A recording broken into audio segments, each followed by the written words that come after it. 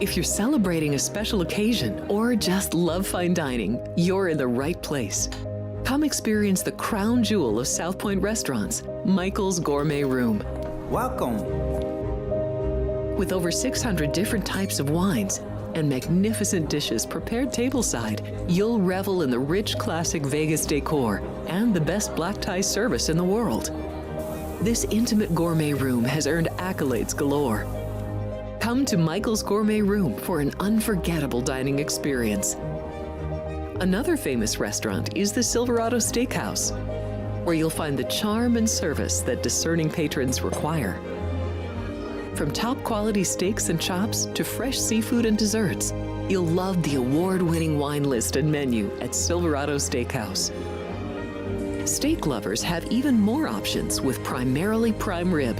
Catering to hearty appetites, the menu features a variety of flavorful prime rib cuts, dry aged to ensure tenderness, and then seasoned and slowly roasted. Although prime rib is our specialty, it's not the only thing on the menu. There's something for everyone.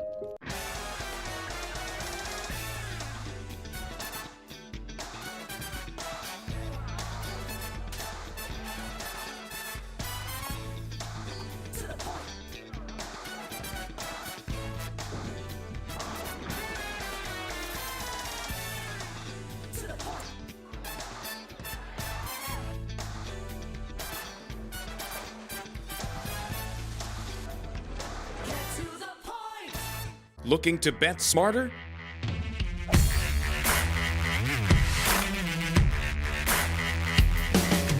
Get sports betting insight and winning picks straight from the South Point Hotel and Casino. The favorite should be 220-ish, and here, you could lay $1.65. So getting a plus 315 price here for this one to go to overtime. I like it. Their strength is their defense. I like the under. Join Sports by the Book Monday through Friday at 10 a.m. Pacific and bet your winning edge.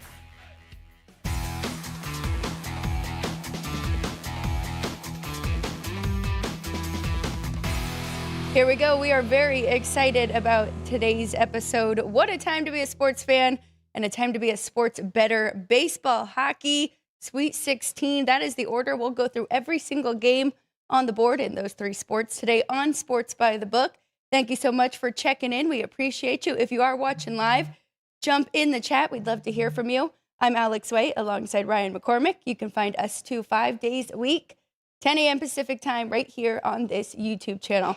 Ryan, I'm excited. Last night's game did not go as we expected. The Yankees really put it on the Giants, but we've got a whole slate of baseball starting in about 15 minutes. Yeah, happy opening day. Last night was opening night. Talking with Matt Neverett, he seems to think that Logan Webb was tipping pitches based on how much the Yankees were attacking the first pitch of the at-bat. But Aaron Judge clearly wasn't getting the signal as he strikes out 4 times. But yeah, Yankees spank the Giants, push on the total of 7 with a final of 7-0. So did not pay off on my whiteboard. 1-3 on the official plays yesterday. Giants lose on the money line. Maple Leafs do get it done against the Rangers, but that game does go over the total as a 4-3 final with the Maple Leafs winning.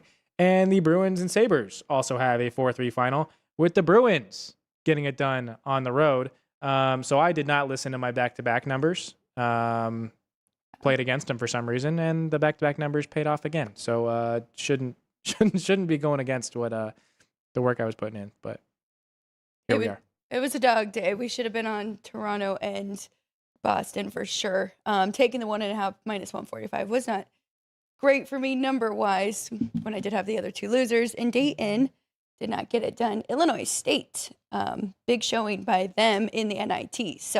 But we have a lot more to get to. I am looking forward to it. That's awesome that Matt did let us know that too. Max Fried is just so good to start the year every year, and I really think he had his best stuff in that regard. And the Giants really struggled. But shall we go through the entire baseball board as some are starting? We kind of talked about 3 of them yesterday, but we can refresh, go through those, and then we got to break down all 13 NHL games as we have been and see if we have any plays. So, couple baseball. I do have numbers. I've got the spreadsheets working. Of course, the more games that we get, the better, because they will be automated with innings pitched for all the starters, strikeouts, balls, and all of that.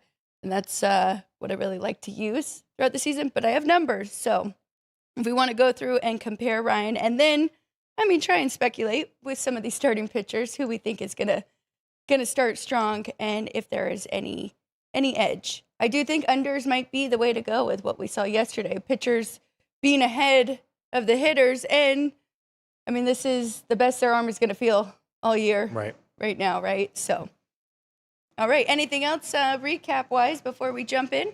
Just wanted to make a mention of the guys in the chat. Start the morning early. We got Jern, Vicarious Vegas, Attila, Donato, and Dean. Attila and Jern both agreeing that the next Netflix broadcast last night was terrible. I will third that statement. Was a really hard watch. They did not really. It wasn't a baseball fans broadcast. No. It was more anybody that wanted all the fluff and stuff that didn't need to be there. But anyway, we've got one tip in our first pitch in the next 10 minutes, and that would be up in New York. The New York Mets hosting the Pittsburgh Pirates. We got Paul Skeens versus Freddie Peralta on the mound, and the Mets are a minus 115 home favorite on the money line, -1 or plus 105 on the Pirates. Total is 7 with a 120 to the over. So going up against the Mets, and they are the best in the league on opening day. Their record 41-23 straight up. But Paul Skeens, watching the World Baseball Classic, he was dialed in, and I don't know if we're ever going to get a plus price on Paul Skeens again. So I'm going to take a shot there. Already did. And you talked me into an under here, Ryan, because Peralta has been very good against this Pirates team. Yeah, his last 5 home starts, granted it was with the Milwaukee Brewers, but Freddie Peralta's last 5 home starts against the Pittsburgh Pirates, he is 5-0 straight up. The Brewers were 5-0 on the run line, and the Pirates had a 179 batting average against him. So if you're going based off of his familiarity with the Pirates lineup, Peralta should be doing good today, and then we know Paul Skeens is Paul Skeens. So, Nerfy, you're laying a -160 for the no-run first inning. But we got one guy in the studio that's already played it. He actually likes both the first and second innings to have no runs. So we'll see how that goes. Its first pitch is here in the next 10 minutes. And Matt was very excited about his Nerfy yesterday and said, good thing I didn't play the second inning. Is that becoming a thing now? Now we're going 1 and 2? Could be. Is that to get better odds, or? Yeah, I'm not entirely sure. Did get a little bit lucky with runners on the corners, 1 out for the Giants last night, and the Yankees still managed to get out of it. And then the Giants did not have 2 runners on in an inning until the 8th, I believe. So, domination by the Yankees last night. The Giants continue to struggle in their home ballpark against the Yankees, having not won a game since 2007. So we'll have tomorrow to maybe buck that. But yeah, and we'll move on to the next one because that one clearly is still on my mind. The first pitch of the day is in Milwaukee. Jacob Misiorowski versus Shane Smith for the Chicago White Sox. The Brew Crew, -190 on the money line, +170 for the White Sox. 8 is the total with a 115 to the under. Did you happen to see if there was any wind here? I did see a little bit of ballpark, something from ballpark factor, but I don't think there's much. Okay, I thought it was a little bit in, but regardless, our numbers do lean to an under here. 219 and 7. My dad put that he's playing the first 5 under 4.5. It has just moved to 7.5. Okay. Under 15. So moving that way, a little bit higher on the Cubs here in this one for South Points numbers. I thought we were talking Brewers game. Brewers. We're skipping. Yeah, I went. This was just in first pitch timing. Sorry. And then I'll go back. Yeah, kind of out of order. That's why I was asking wind. Okay. Yeah, Okay, so 160, so actually less. And I do agree with this. And we kind of talked about Shane Smith yesterday. And I thought that he was by far Chicago's best pitcher. Not saying a whole lot, but 160, so a little bit of value on that side. I'm not going to get involved. Misiorowski, though, his control can not be there with how hard he does throw. So maybe it's a tough first start, but I'm not going to do anything here. 6.5 though is our total as well, so lean to the under as well. Okay.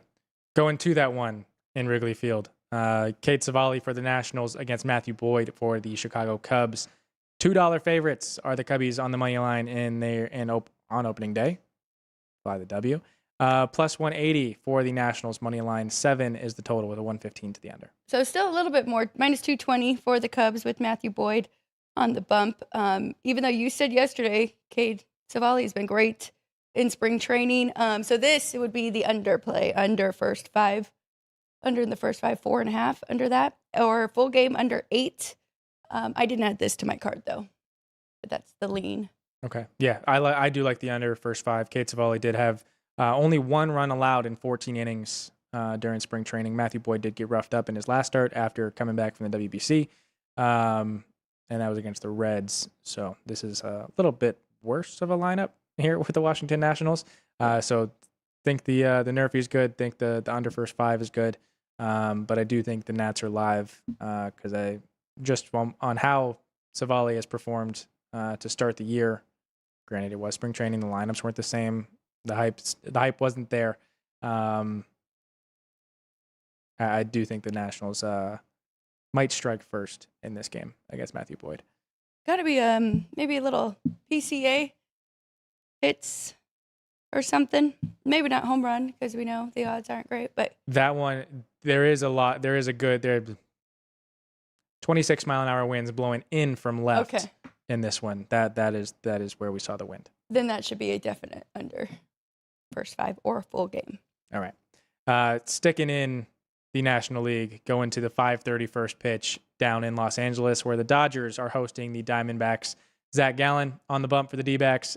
Yoshinobu Yamamoto for the Dodgers. Dodgers minus 250 is the price here at the South Point. It is only higher elsewhere in the market.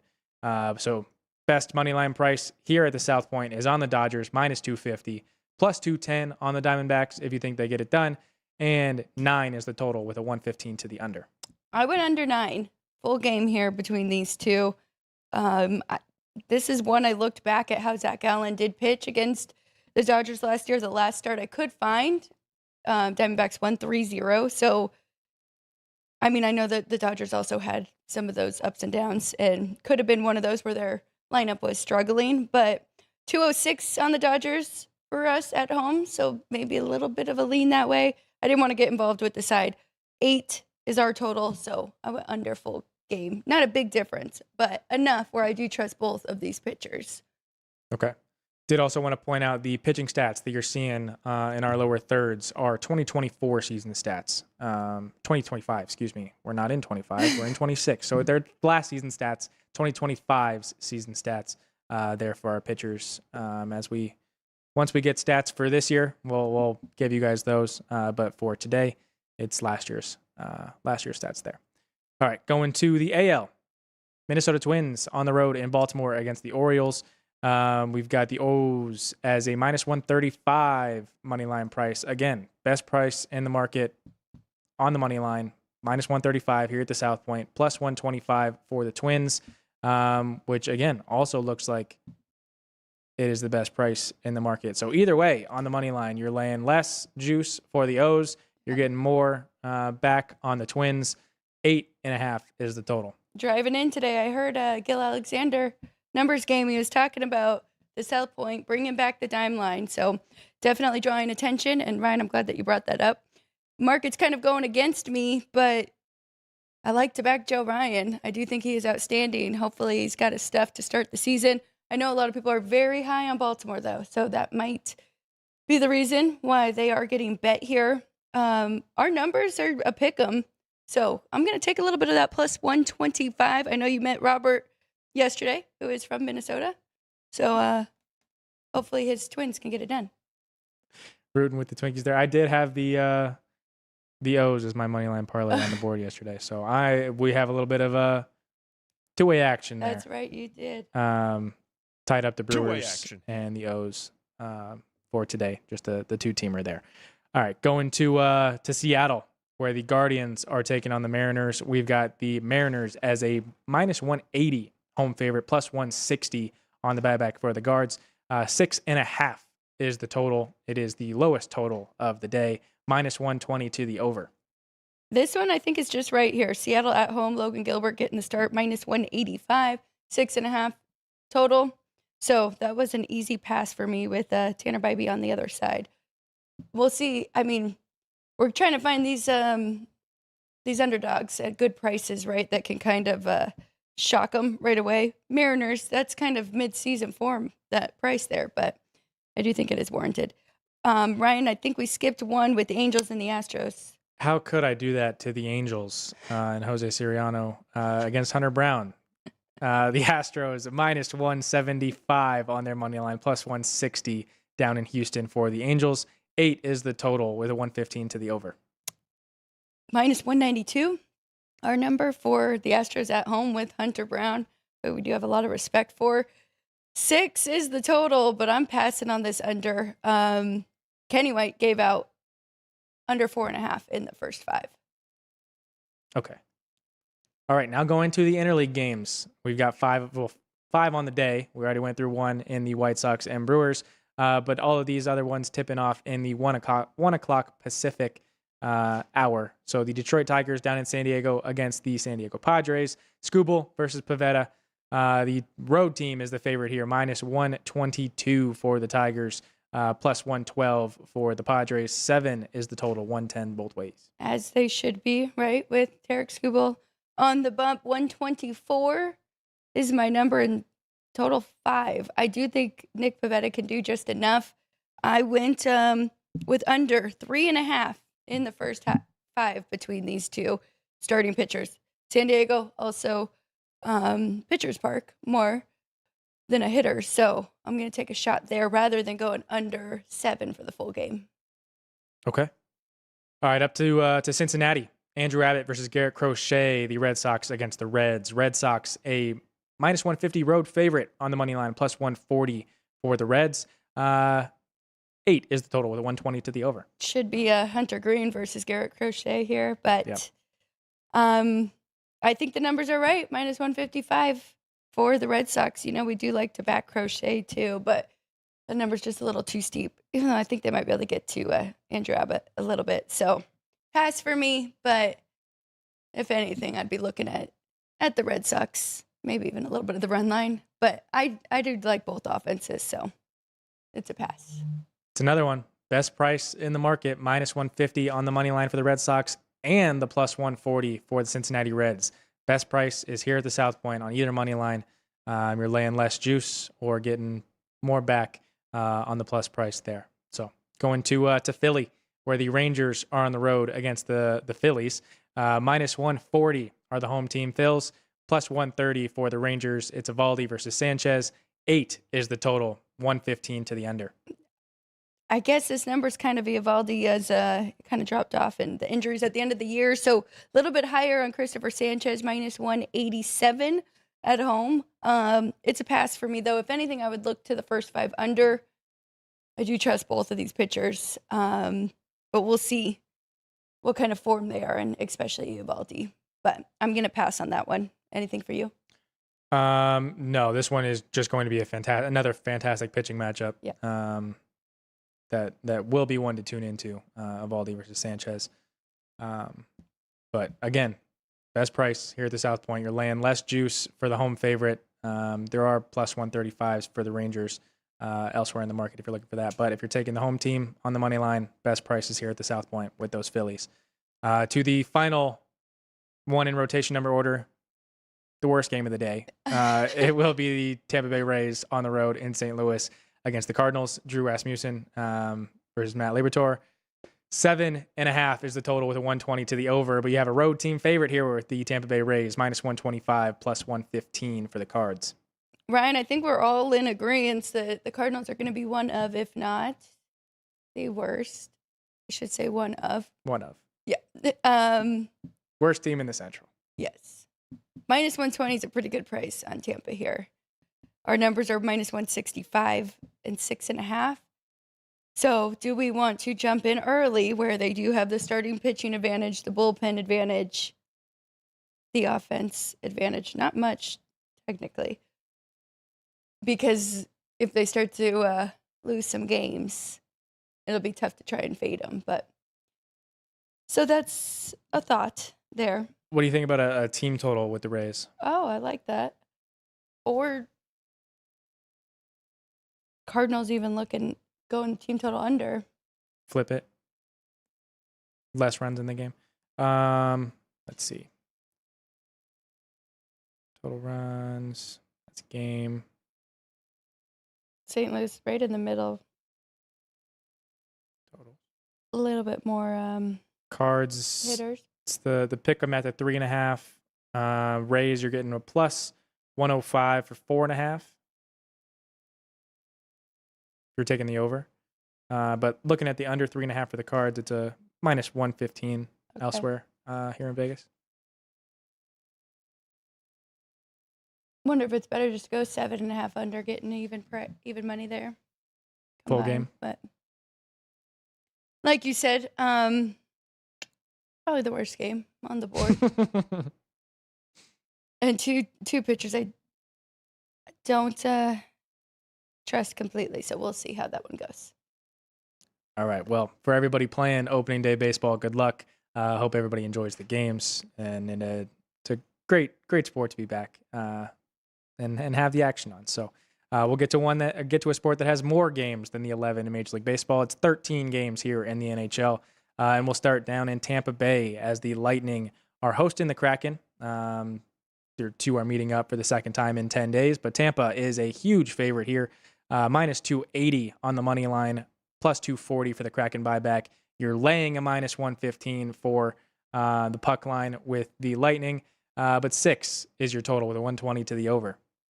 I do agree with that number. Maybe not quite as high, but I've got minus 252 here with Tampa Bay at home. I bumped them up a little bit, and they've just been scoring 5 straight overs for them coming into this one. On the other side, I believe it will be Grubauer. I double-checked that this morning. So, first I took a little off for Joey Decord, but still, Seattle 4 straight losses coming into this one, Ryan. I didn't think anything really jumped out. 6 over. That's a lean. I got 6.5 under, minus 112. So that's it for me, really. What about you? How would you play this? I would be playing the puck line here with the Lightning if I was getting a plus price. Don't want to lay the juice for them to have to win by 2 goals. This is also the highest price for a game to go to overtime today. Quite a big difference. Next closest game is plus 320. This is a plus 360 for this game to go to overtime. I don't think the Kraken blow the Lightning out of the water. We saw the Lightning do that to them in Seattle. I think it's a fade of the Kraken for the remainder of the year.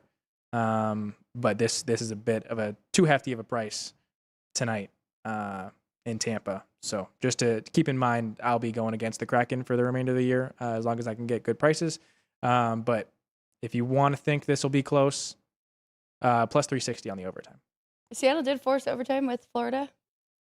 Florida not really at Tampa's level right now. Yeah, with how they are playing. The game in Seattle was the beginning of a road trip for the Lightning, where they were struggling at home for a couple of days, and then got to have the confidence boost on that road trip. They were in Minnesota, or played against Minnesota, went down 2-0, scored 2-1, down 3-1, and then they scored 5 unanswered against the Minnesota Wild to win 6-3. So this team is starting to get their confidence back. I would not be going against the Lightning here today. Agreed. All right, to Montreal. Canadians hosting the Blue Jackets. Canadians a minus 120 home favorite. Even money for the road team. Blue Jackets, 6.5 is the total with a 120 to the over. I've got this number at 7. 7 over, minus 113. So I think I'm going to play that 6.5, even though it is juiced.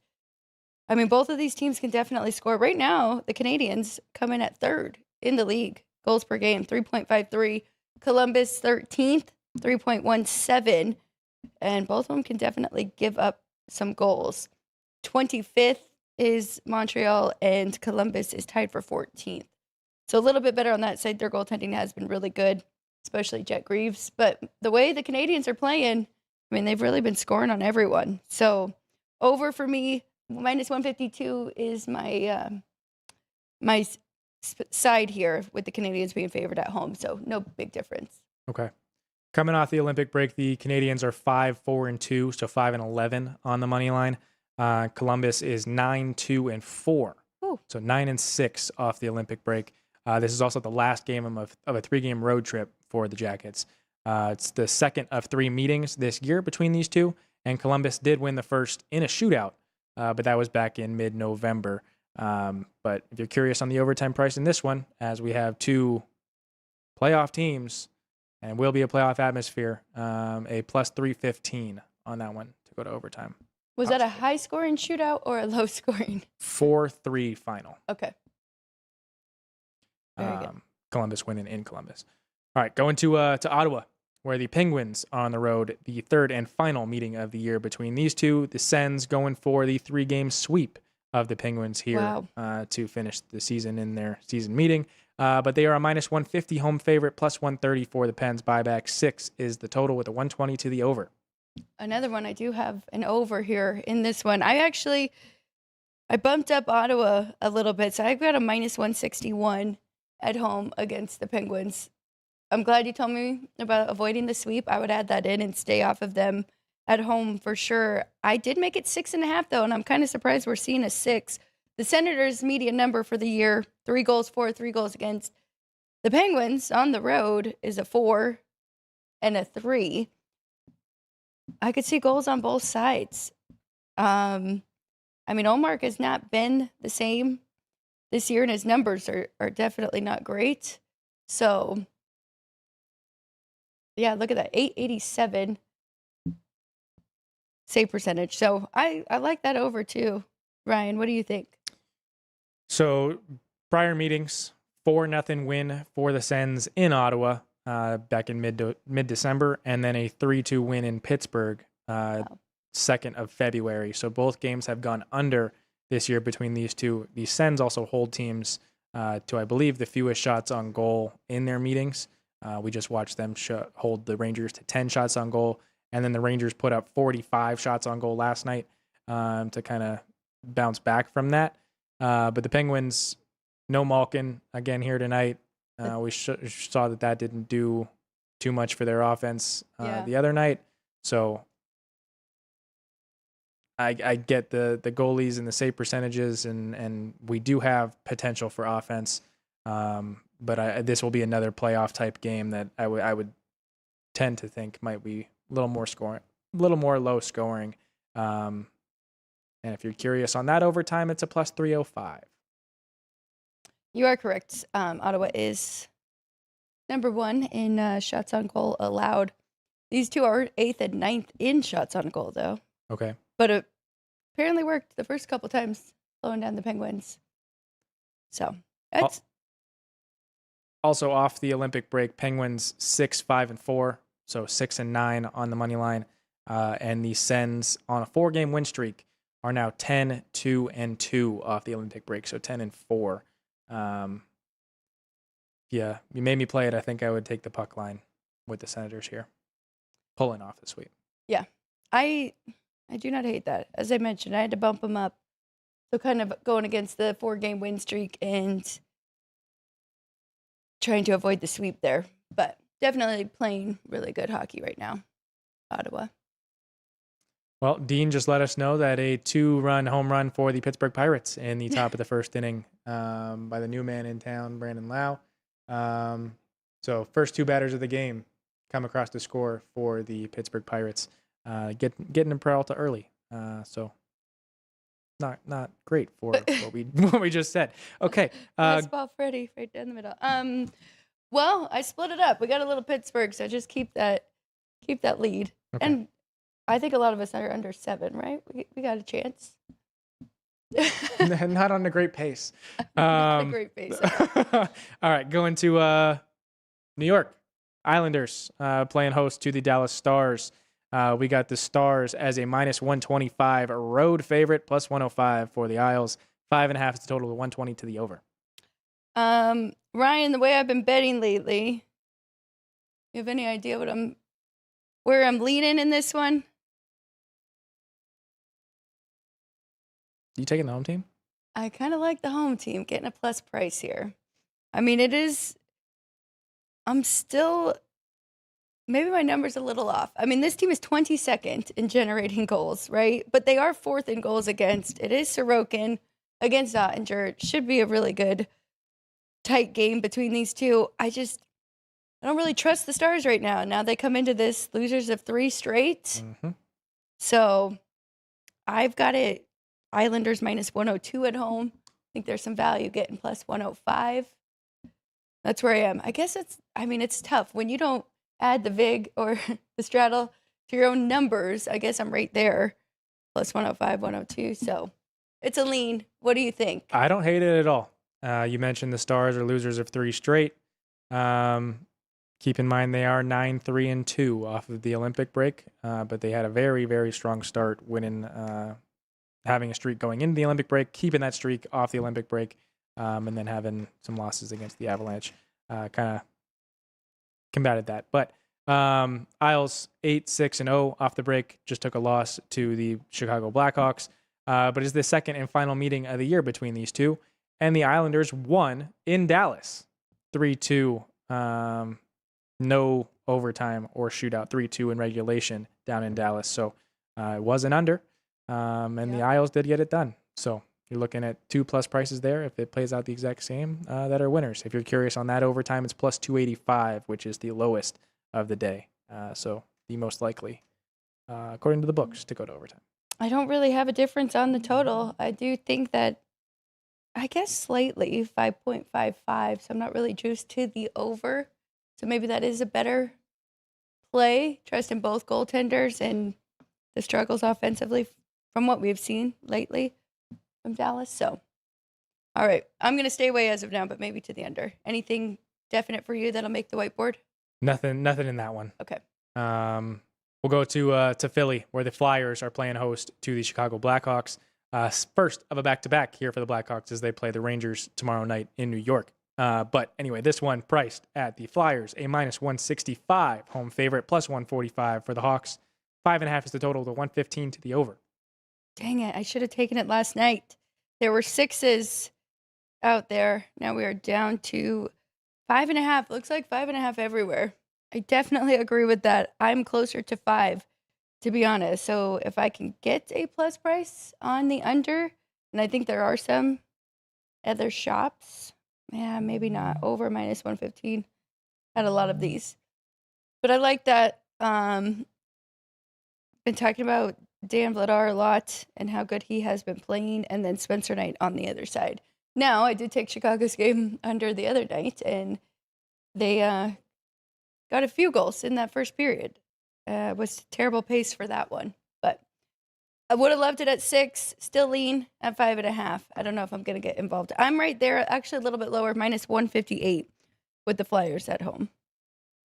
Well, they won the first meeting. This is the second and final. They won the first in Chicago with a 3-1 final, so that one did go under. And the Flyers did cover the puck line in the road building. So the Hawks, second of a 4-game road trip. I mentioned it's the first of a back-to-back for them. So their back-to-back numbers this year, they are 4, 6, and 1 in the first of a back-to-back. So 4 and 7 on the money line. And totals, 4 and 7, 4 overs, 7 unders for them in first of a back-to-back. Keep in mind for tomorrow, they are also 4, 6, and 1, 4 and 7 on the money line. And their totals are even lower. Trend more to the under, 3 and 8 there on the totals in the second of a back-to-back. But they are 5, 5, and 4, 5 and 9 off the Olympic break, and the Flyers are 9 and 5 and 1 off the Olympic break, so 9 and 6 on the money line.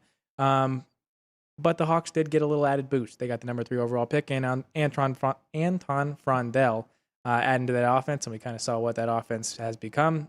We got to see a little bit of what that offense was in their last meeting against those Islanders that we talked about in the last game. So call me a homer, but I'll be taking the plus 145 here with the Hawks to get it done in Philly. I mean, with a 5.5, right?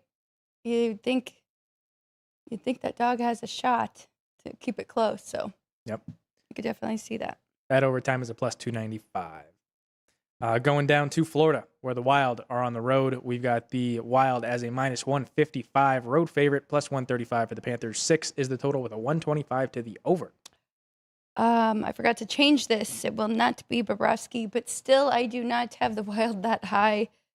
I actually have them, I think, minus 115 at home. What are we getting on the buyback?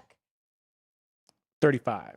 35. So that should be a play on Florida. They have won 3 straight home games. Can they keep it going here against Minnesota with a backup goalie?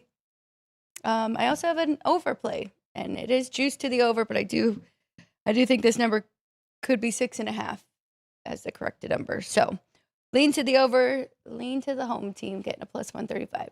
What say you? The home team did win in the road building in their first meeting. This is the second final. The Panthers won 4-3 in overtime in Minnesota. So Minnesota struggling off the break. They are 6-6-2, 6-8 on the money line. But the Panthers really haven't been any better. They are 6-7 off the Olympic break. So this one, overtime priced at plus 310. Do think we'll get a competitive battle. We just watched the Wild really blow the game against the Tampa Bay Lightning, or the Lightning just wake up and steamroll them out the building. So last, I think they got one more on the road trip, the Wild here. But yeah, I would agree with you, Alex. The home team is the value here, the plus 135. Going to St. Louis against the Sharks. The Blues are a minus 135, home favorite, plus 115 for the Sharks. 6 is the total, with a 115 to the over. Where are these two currently? Out of postseason picture. Oh my gosh. Okay. Both of them. Yeah. 69 and 70 points there with a long way to go. Yeah. I don't think it's looking very good for either of them. I highlighted this one to go over 6 minus 115. I've got it 6.5. The part that makes me nervous is the St. Louis side with Hofer there. They are on a 6-game under streak. So I think that is enough to keep me off of it. But sidewise, I've got 136 for the Blues. So no big differences. It was just a lean to the over, but I think I'm going to pass on that one. I will not be passing, and I will be taking the home team to win by 2. It would be the 6th consecutive loss by the San Jose Sharks by the puck line. They have lost 5 straight by the puck line. They don't look any bit competitive or wanting to kind of finish the season strong. They are 5-7-2 off the break, 5-9 on the money line, whereas the Blues look like a completely different team. They are 9-2-2 off the Olympic break, 9-4 on the money line. So we'll keep fading the Sharks to lose by 2+. They've actually lost by 3 or more. They lost 6-3 in Nashville, 4-1 at home against Philly, lost 5-0 at home against Buffalo, 5-3 against Edmonton, and then 7-4 in Ottawa. So losing by 3 goals in 3 of those 5. We'll think the Blues do it here again, getting that plus 180 to cover the puck line. In that most recent matchup, only played once this year, right? Yep. Blues did win. Blues did win in San Jose in overtime, 3-2. All 3 meetings this year between these two are in the month of March. So they played early this month on the 6th. They play today, and then they play next Monday. So we'll see what we're playing on Monday in this matchup again. But that one will be back in San Jose, as it is getting back off the road trip for the Sharks, and the end of a homestand for the Blues. All right, going to Winnipeg, where the Avalanche and Jets play the first of a home-and-home. They will be in Colorado on Saturday, but this is the 3rd, and that will be the 4th on Saturday, final meeting of the year. But the Avalanche are a minus 180 road favorite here in Winnipeg, plus 160 for the Jets. 6 is the total, with a 110 both ways. Funny, too, because both of their first 2 games, very low scoring, with the Avs winning at home 3-2, and then the Jets finding a way, right? Yep. To win in Winnipeg 3-1. 186 is my number. 6.5 under is my number. With what I just said, I'm not going over with Wedgwood and Hellebuck. If anything, I would take a shot at Colorado getting some revenge now that they're got their skates under them again and playing good hockey. I would go with the puck line here, if anything, since the Jets did get the last meeting and by the puck line. Yep. So the home team has won both meetings this year, 3-2. The Avs won it back in mid-December. And then you mentioned the last meeting, which was just 12 days ago in Winnipeg here, with the Jets winning 3-1. The Avs have won 3 straight, all of which on the road. This is the last of a 4-game homestand. That is the first of a back-to-back. These teams will play again on Saturday. So this one will be one to watch if you are looking to play the game on Saturday as well. But the Avs are 10-4-1 off the Olympic break, and the Jets are 8-3-4 off the Olympic break. So if you're curious for the overtime price, it's plus 310. But I don't disagree with you, Alex, but I do think the dog is live here for this to be a close game, at least. 310's not a bad number for that one either. The Jets are playing good, and they definitely still have some guys that can score. So, all right, we got 5 more in hockey. We'll go to Nashville, where the Devils are on the road. We got a pick'em game. 6 is the total with a 120 to the over. I was just talking about Nashville kind of trending more to the over, which was a surprise, but the Devils definitely are not. I'm going to go under 6 in this matchup, getting even money here. I've got it 5.5 over 25, so about a 25-cent difference there. So under's the play for me between these two. Nashville, don't look now, a nice little 5-game win streak coming into this one. 5-game winning streak, putting them into the postseason picture as well. 8-4-2 off the Olympic break, whereas the Devils are 8-5 off the Olympic break. So this one will be playoff type meeting. I know the Preds were comfortably out of things before the Olympic break, but now they're in things. So this one will be a playoff meeting. Get 2 different conferences, but this one will be tight. Plus 295 on that one to go to overtime, possibly. All right, going to Utah, where the Capitals are on the road in the second of the final meeting between these two. They played 23 days ago at the start of this month, and Utah won in Washington 3-2 final. But Washington is getting plus 135 on their money line. The Mammoth are laying a minus 155, and 6 is the total, 110 both ways. I think all those numbers are just right. Utah, I've got minus 152. I've got it 6 flat. I will say, though, Washington 7-game under streak. So if you're looking to play a streak here and Washington struggles scoring with Logan Thompson still playing pretty good, I would go under here between these two. All right. To Calgary, where the Ducks are on the road. You're laying a minus 135 for that road team, plus 115 for the Flames. 6.5 is the total with a 120 to the over. I do like this under too. I'm going to take a shot here. It will be Cooley and Distal. I've got it 6 over minus 110, so getting a even price there. Yeah, Calgary, I mean, median numbers are still 3-2, even though they have been playing better. I do think Anaheim is a worthy road favorite here. I've got a minus 140. Both teams are on a win streak. Ducks winners of 3 straight. Flames winners of 4 straight. Ducks are 10-4-1 off the Olympic break, whereas the Flames are just 7-7-1, 7-8 on the money line. Third of 4 meetings this year between the two. The Ducks have won both in overtime or a shootout, both in this calendar year. January 25th, they won in Calgary. The Ducks won in Calgary 4-3 in overtime.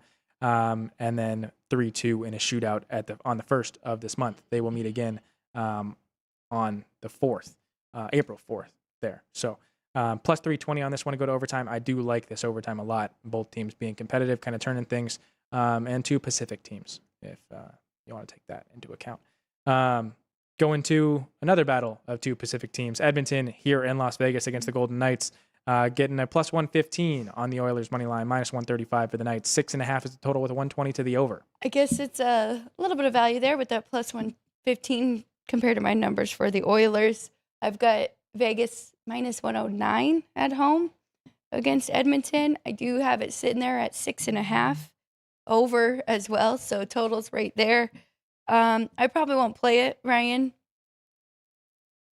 What about you? Are you taking the plus price here with Edmonton? Like you've been getting it right the last couple nights games. I would be looking to play the Edmonton Oilers, getting things done here in Las Vegas. The Knights are 5-10 off the Olympic break. Have not been playing good hockey but the Oilers are 7-6-1 off the Olympic break, so 7-7 on their money line.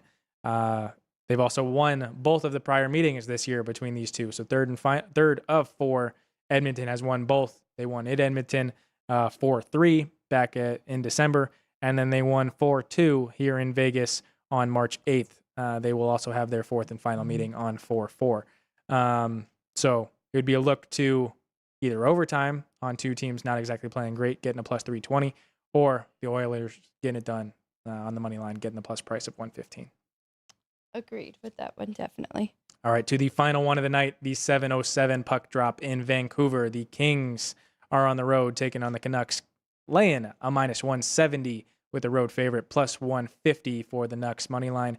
6 is the total with 110 both ways. I'm right there, 6 flat for the total, 160 for the Kings on the road, but would not be interested in taking that plus 150, even though Vancouver has shown a little fight. Both of these teams coming in on losing streaks, so I did not find anything that I wanted to bet on in this one. What about you? So it is the second of 4 meetings this year. They will play twice in the final week of the regular season. So keep that in mind and keep this one in mind for if you are looking to play it towards the end of the regular season. But both teams on a losing streak. Kings losers of 4 straight, 3 of those 4 in overtime or a shootout. And the Canucks losers of 3 straight, all by the puck line. Coming off the Olympic break, the Kings are 5-6-4, 5-10 on the money line. And the Nucks are 3-8-2, 3-10 on the money line. So this one, jeez, two teams getting ugly to kind of finish the year. Well, Canucks staying ugly, but plus 305 on the money line if we think this one will be competitive, or overtime if we think this one will be competitive. But I would lean to the under, less goals here in this one. What's the overtime price? Plus 305. Okay. Sounds about right. I kind of like it for those two. All right.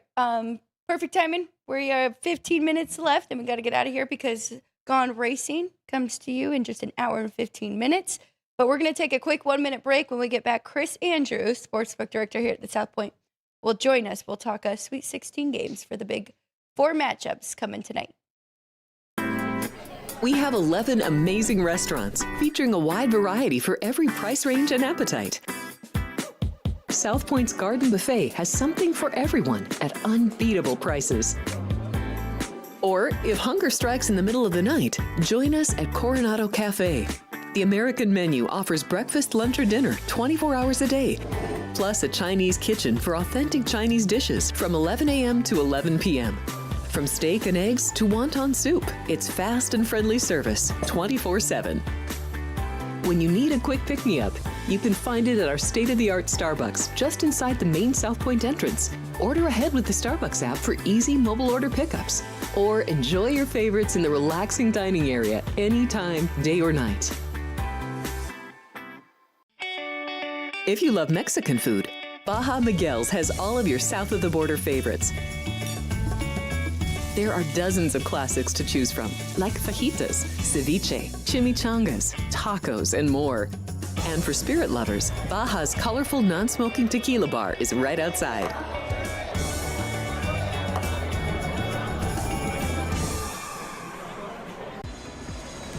Heading to Las Vegas to catch the action at Allegiant Stadium? Skip the traffic and the sky-high room rates of the Strip. Book your stay at the South Point Hotel, Casino, and Spa.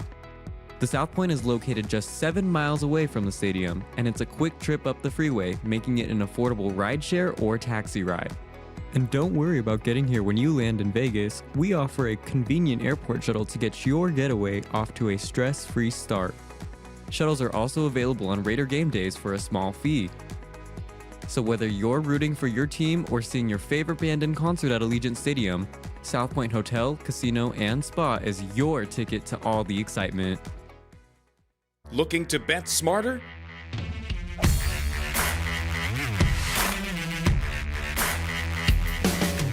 Get sports betting insight and winning picks straight from the South Point Hotel and Casino. The favorite should be 220-ish, and here, you can lay $1.65. So getting a plus 315 price here for this one to go to overtime. I like it. Their strength is their defense. I like the under. Join Sports by the Book Monday through Friday at 10 a.m. Pacific and bet your winning edge.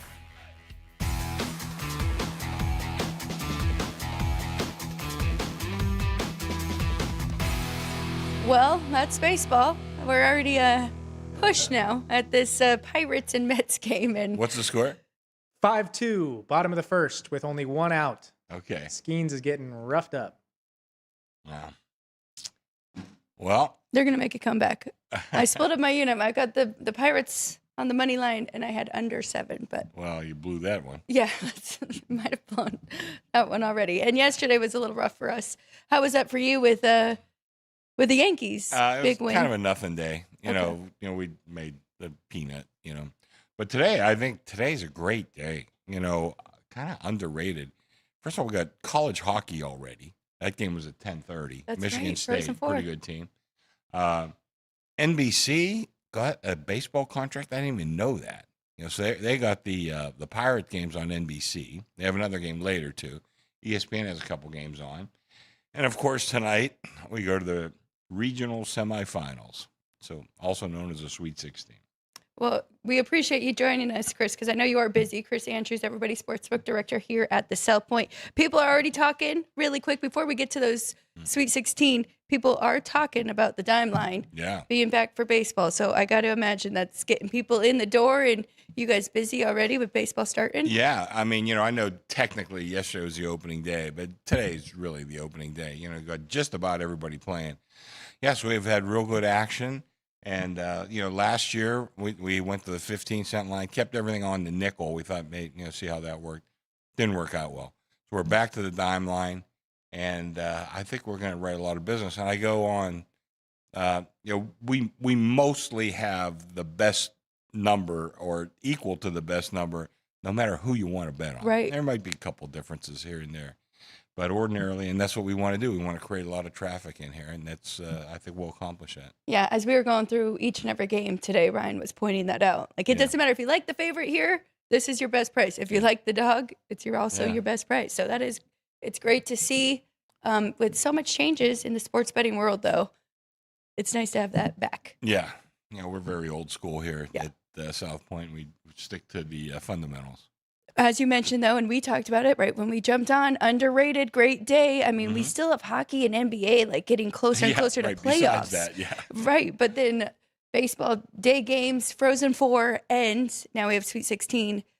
Now, it feels like a lot of these games are kind of Final Four games with the matchups that we do have. Yeah. Any big movers for tonight or tomorrow? We don't have any big movers. Okay. We have actually one big mover, I would say. Bama. They took plus 10.5 and plus 10 against Michigan. So that game moved.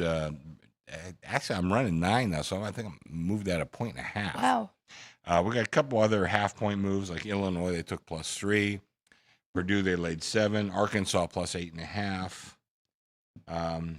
St. John's, they took plus 7. Michigan State, they took 2.5. So we got movement almost every game. Tennessee, plus 4.5. Yeah, but we got the public on some different sides, so I think we're gonna have a great day because these are all terrific matchups, and you could look at any one of these regionals and you could have said, well, that could have been the Final Four, right? I agree. So the Sharps, stubborn, coming back in, still taking the points with the Dogs, right? Even though last year and this year it's been more chalky, but I'm with them. They played one on favorite. Most of they them. played Purdue. I'm with them there too. I personally, I've been on Iowa State for a while. I was on a podcast about 6 weeks ago and gave out Iowa State, and they've played nothing but great since then. I think right now their defense is playing as well as anybody, and Houston might have a little argument against that. But I think Iowa State's playing very well, and I think that's going to be a low-scoring game against Tennessee. I do too. We were kind of talking about looking at it over, both of them finding ways to score, and you're seeing a 140, but the more I dove into it last night, I know. So it might be more of a first half under that I'm looking at. How about that Big Ten matchup between Iowa and Nebraska? You looking forward to that one? It's I don't think gonna be either one of those were penciled in for very many people's brackets. Nebraska's a little bit of a public side now. All of a sudden, they I think they've been. I don't want to say non-existent, but they've been a non-factor in basketball this time of year for virtually forever. Where Iowa's had some pretty good teams over the years, but Nebraska's a very popular team. That's definitely one of the public sides that we're getting, and I can see why they play an exciting brand of basketball. So we'll see. You said you had prop bets for some of the games tonight? I didn't bring that a prop sheet, but we have all kind of prop bets, both individual players and some team stuff. And that's the baseball too. We got a lot of baseball props that we started doing very many last year, parlayable props. And, we're just trying to fill out that menu with as many betting options as possible. Can you remind us again, liability-wise, with the 16 teams we have left, is there a team that you're more worried about winning it all and cutting down the net? Yeah, we got a couple. Arizona, we don't do that well. Actually, we lose on Arizona. That's not a good one. Michigan State, we pretty much break even with them. Okay. And then the other one out there is Purdue. So two are not good. And Michigan State's not good either, but we break about even. But all the rest are pretty good. And I always tell everybody, see this list? One team is going to win. All those other ones are going to lose. So, a couple. But, Arizona and Purdue, I think, both have pretty decent chance, particularly Arizona. I think is playing great ball. They really are. But they are in the same regional, so that'll be nice for you. Yeah. One of them will get knocked out. Yeah. So there, Andrew has the current odds to win it all up if you are watching us on YouTube. Ryan, did you have anything for Chris? We do have a question in the chat from Dean.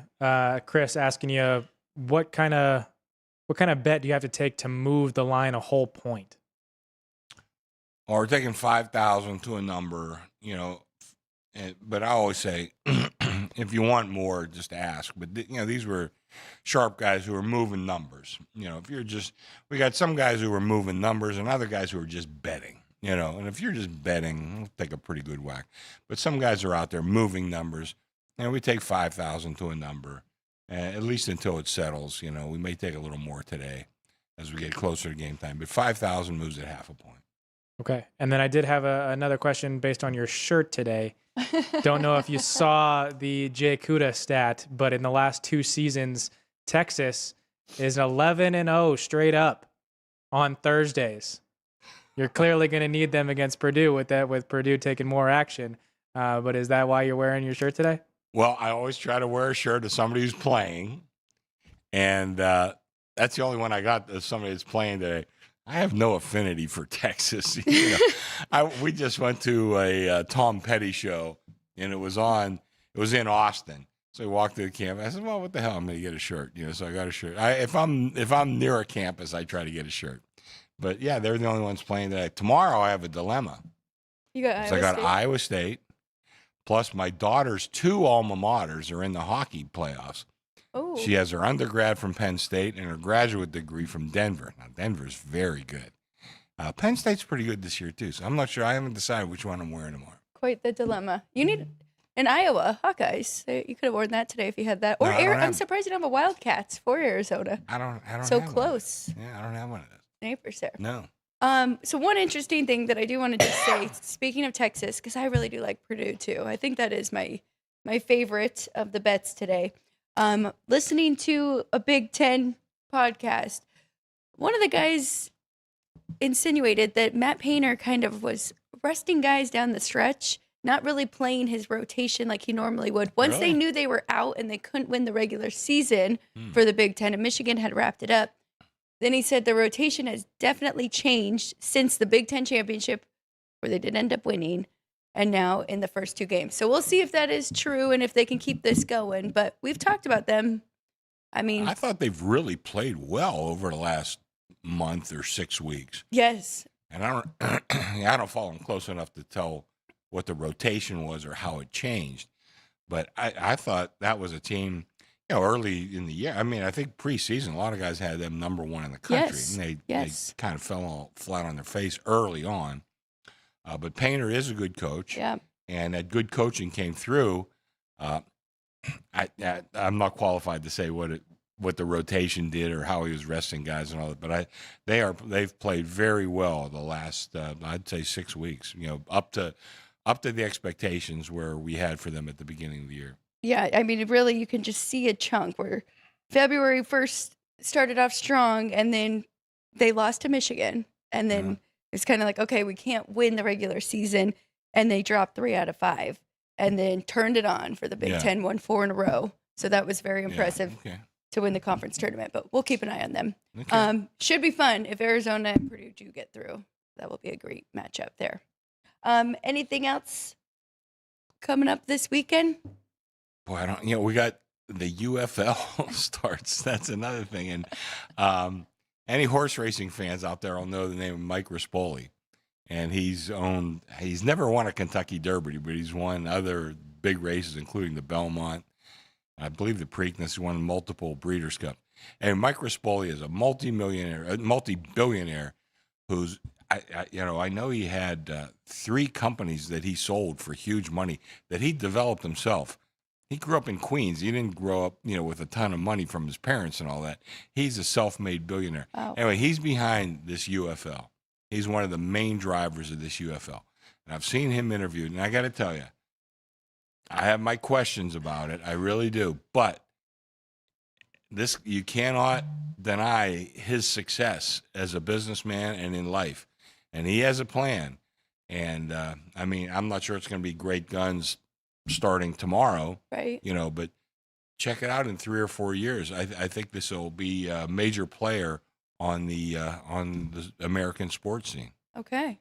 I mean, it's not a bad time for a different type of football. Yeah, right here in March. Yeah, listen, guys like us, we always have something to bet on, always. But you get into, late June and July, that the menu's kind of limited. Yeah. And I'm not sure how long the season is or what Rispoli has in mind, over the long course of time. But I think there is some opportunities in the market. And I said Mike Rispoli, I've never met him. I know a guy who works for him, though, and speaks very highly of him. We'll definitely keep an eye on that starting tomorrow. And then, of course, some golf. And then the big horse racing is coming up here soon. Tomorrow, we got Saturday, we have the Arkansas Derby and the Florida Derby. So 2 big prep races for the Kentucky Derby. And then, as always, Ralph will be doing his normal here at the South Point, right, with the seminar. Mm-hmm. And then probably a special on our YouTube show. Better ask Ralph. I'm sure. We do it every year. And Sean said yes. Okay. Okay. And you'll be a guest, as always. All right, Chris. Well, thank you so much. We're looking forward to the weekend. Should be a fantastic one. We're getting started at the ballpark tomorrow night, too. It is our opening night. So Aviators will be out there if anybody else is in Vegas. But have a good weekend. Good luck. Thanks. For the book and for yourself. Okay. Thank you. And we'll be right back. I was going to say good luck to everybody else. But we'll be back with our best bets here on Sports by the Book. If you're celebrating a special occasion or just love fine dining, you're in the right place. Come experience the crown jewel of South Point restaurants, Michael's Gourmet Room. Welcome. With over 600 different types of wines and magnificent dishes prepared tableside, you'll revel in the rich classic Vegas decor and the best black tie service in the world. This intimate gourmet room has earned accolades galore. Come to Michael's Gourmet Room for an unforgettable dining experience.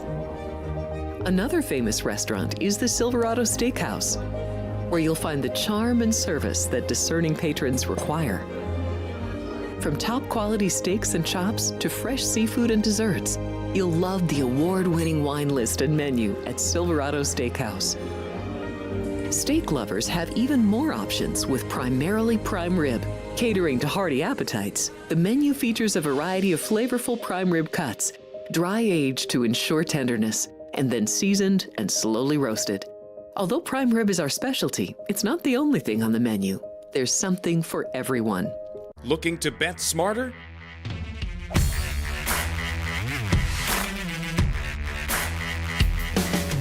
Get sports betting insight and winning picks straight from the South Point Hotel and Casino. The favorite should be 220-ish, and here you can lay $1.65. So getting a plus 315 price here for this one to go to overtime. I like it. Their strength is their defense. I like the under. Join Sports by the Book Monday through Friday at 10 a.m. Pacific and bet your winning edge.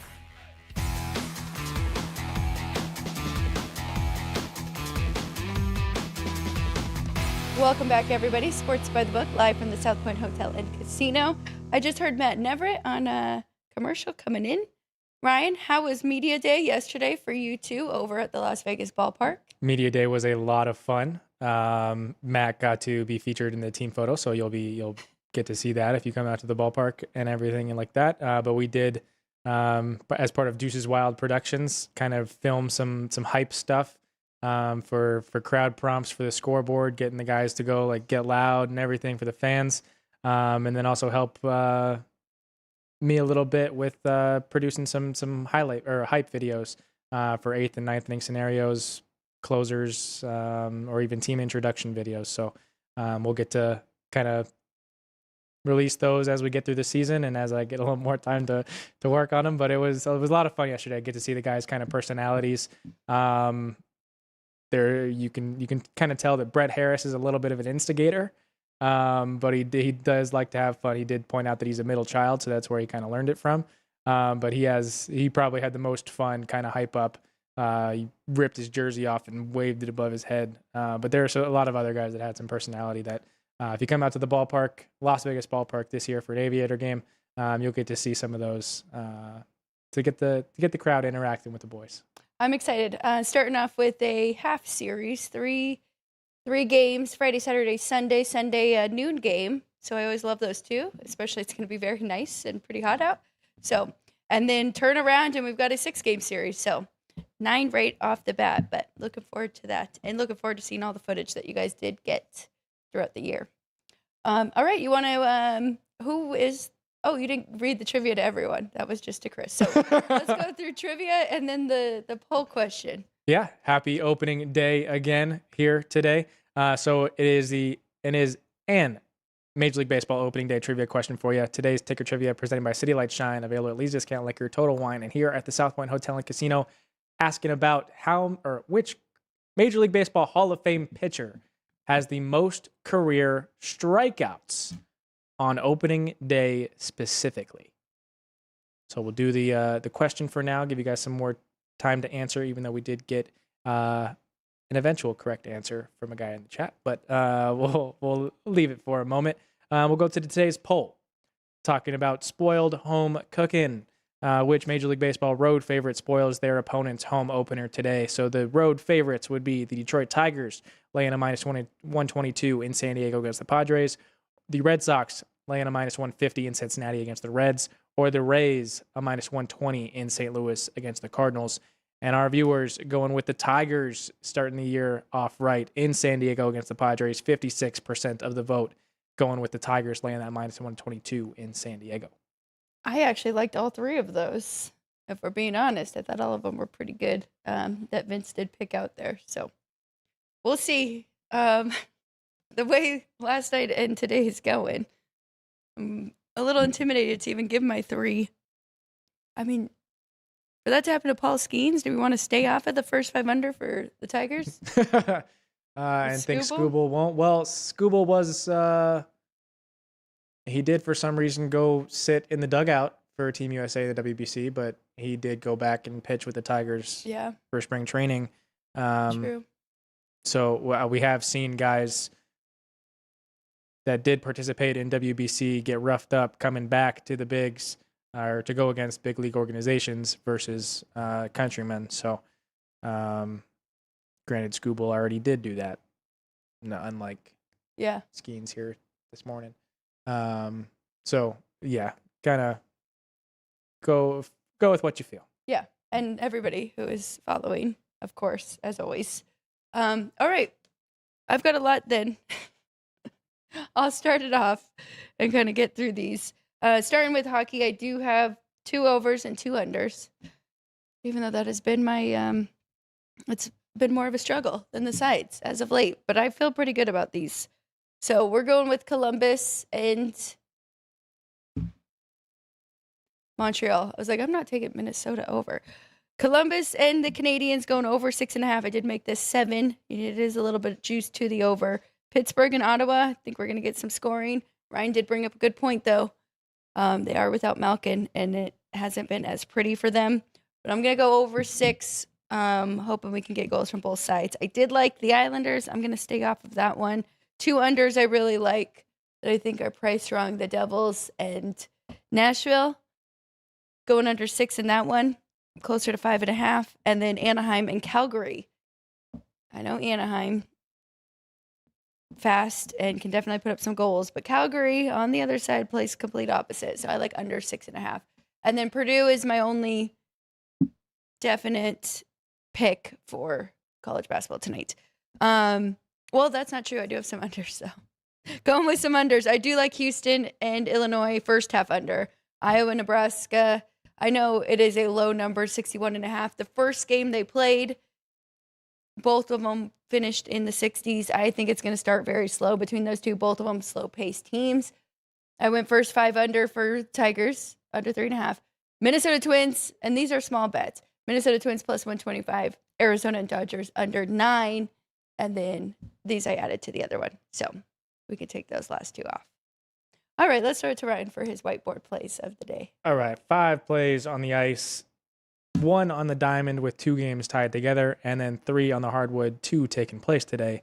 Those are really kind of more just reminders on what my early week plays were. But for the ice today, got the Ottawa Senators winning by 2 at home, at least winning by 2 at home against the Pittsburgh Penguins, getting a plus 170 there. The Blackhawks winning on the road. That's the opponent they just played. Winning on the road in Philly, not against the Islanders, against the Flyers. It's the Flyers, yeah. Plus 145. The Blues winning by at least 2 at home against the Sharks, getting a plus 180 there. And then we're hoping for a 2-2 overtime game in Calgary between the Ducks and Flames, getting a plus 320 on that one to go to overtime. The Oilers getting it done on the money line, plus the 115, even though I do like the overtime as well, plus 320 in that one as well. And then the 2 baseball plays, the one first pitch, Mizorowski is literally running to the mound, so you literally need to run to the counter. Mizorowski and the Brewers minus the 185, plus the Orioles going against Alex here, minus that 135. Tied together to get a 168 here at the South Point. And then a reminder of the hardwood plays. All Big Ten advancing to the Elite 8. Illinois money line getting a plus 130 against Houston. Iowa money line getting a plus 110 against Nebraska. And then tomorrow, I got the plus 120 on Michigan State against UConn. It is now down to a plus 110. Wow. But do still think that they get it done. Let's go. I'll be rooting for those, except for Nebraska. I'm on the other side for that one, but least confident of the day. Enjoy, everybody. It's going to be a great day. A ton of sports to be watching, keeping up with. We'll be back tomorrow, same time. It'll be us and then Vinny maybe stopping by, Vinny by the book, Vinny Maiulo. So looking forward to that. We'll kind of go over with him at the end any big movers like we did with Chris tomorrow and get his thoughts. We'll have a recap from all of the action today. All right. Thank you, Ryan. Good luck. We do have our Ticket Trivia answer. Ticket Trivia answer. Presented by City Light Shine. So again, the question, which Hall of Fame Major League Baseball pitcher holds the current record for most career strikeouts on opening day specifically? And that would be Randy Johnson. The big unit completed a record 107 career opening day strikeouts in 14 opening day starts. Johnson recorded 4,875 strikeouts in his 22 Major League Baseball seasons, putting him only behind Nolan Ryan on the all-time list. Attila did spot the answer after guessing the same things from yesterday, Nolan Ryan and Tom Seaver. But Randy Johnson, your Ticker Trivia answer presented by City Light Shine of 107 career Major League opening day strikeouts for the big unit. Twice he recorded 14 strikeouts on opening day. Those were both for the Mariners, 93-96. But 107 total strikeouts on opening day for Randy Johnson. Very good. And good job to Attila, you said, right? Yes. That got the right answer there. Okay. Thank you, everybody. who was watching live, who is in the chat. Thank you if you are watching the replay. Please hit that like and subscribe button. Ryan has one more thing before we get out of here. Not only hit that like and subscribe button on our page, but in the description of the video, you can vote in today's 2 polls that we're giving you. We're talking about the UFC fight nights up in Seattle on Saturday and something in the NFL as we have the draft 5 Thursdays away, a month of weeks away. But yeah, talking about the NFL draft, the number 5 overall pick, which currently belongs to the Giants, what you think will be selected there. And then below that link in the description is the link to today's episode of Gone Racing, which will be going live here in under an hour, talking about the Cookout 400. So Brennan Gaughan, Jeff Motley will lead you through the NASCAR plays of the week. And it was a good one last week. So you want to tune into that one. Tune into this one here today. Again, in the description of today's video is the link. As Ryan said, under an hour, so 45 minutes, Gone Racing, coming to you with Brendan Gaughan and Jeff Motley. So we'll all be there in the chat. Hopefully you can make it too. All right. Thank you to the crew and Jerry, Sean, Vince, and Andrew, who do need to get everything ready for that next show here. So we're going to get out of here. Ryan, good luck. Let's cash some tickets. Good luck to everybody who is watching us live. Have a great day. All the money. Have a great day. Just enjoying the sports as well. We'll be back tomorrow on Sports by the Book.